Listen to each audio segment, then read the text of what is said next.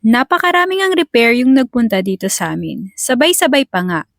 Ayos lang yun pero habang nagre-repair ako ay may konti tayong backstory. Dati mga kanegosyo ay nagtatrabaho ako. Nagtrabaho ako dito sa EPSA sa Cavite. Yung pangarap ko ba ay makaakyat sa tinatawag nilang career ladder. Oo nga pala, nagre-repair din kami ng piso wifi kahit hindi galing sa amin. Pati mga computer ay nagre-repair din kami. Tapos, ang kagandahan nito kung galing sa amin yung unit ay libre na yung service.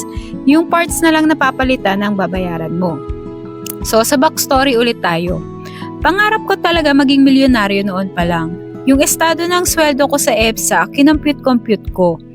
Aabutin ba naman ako ng edad na 40 bago pa ako kumita ng 1,000,000? Maiipon ko pa yan kung wala akong gagastusin kahit isang kusing, which is imposible, di ba? Doon ko na-realize mga kanegosyo na kung gusto kong maging milyonaryo ay hindi ako pwedeng maging empleyado lang. May napanood ako sa YouTube na tumatak talaga sa akin.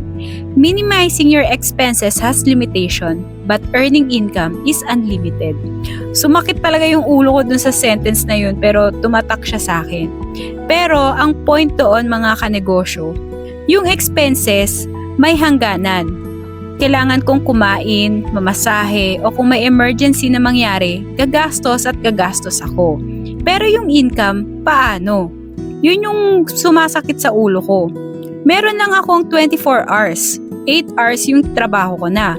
Kaya mga kanegosyo, bukod sa trabaho ko sa EPSA, ay nag-college instructor pa ako.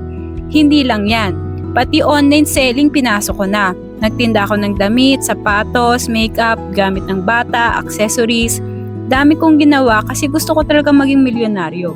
At doon na nga pati mga vending machine pinasok ko na.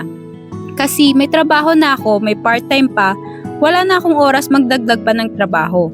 Kaya vending machine na isip ko dahil passive income siya. So kahit dalawa-dalawa yung trabaho ko at may sideline pa akong online selling, may vending machine pa ako. So yun, doon na nagsimula hanggang sa lumago na ng lumago mga kanegosyo. Matinding sikap talaga kaming mag-asawa noon.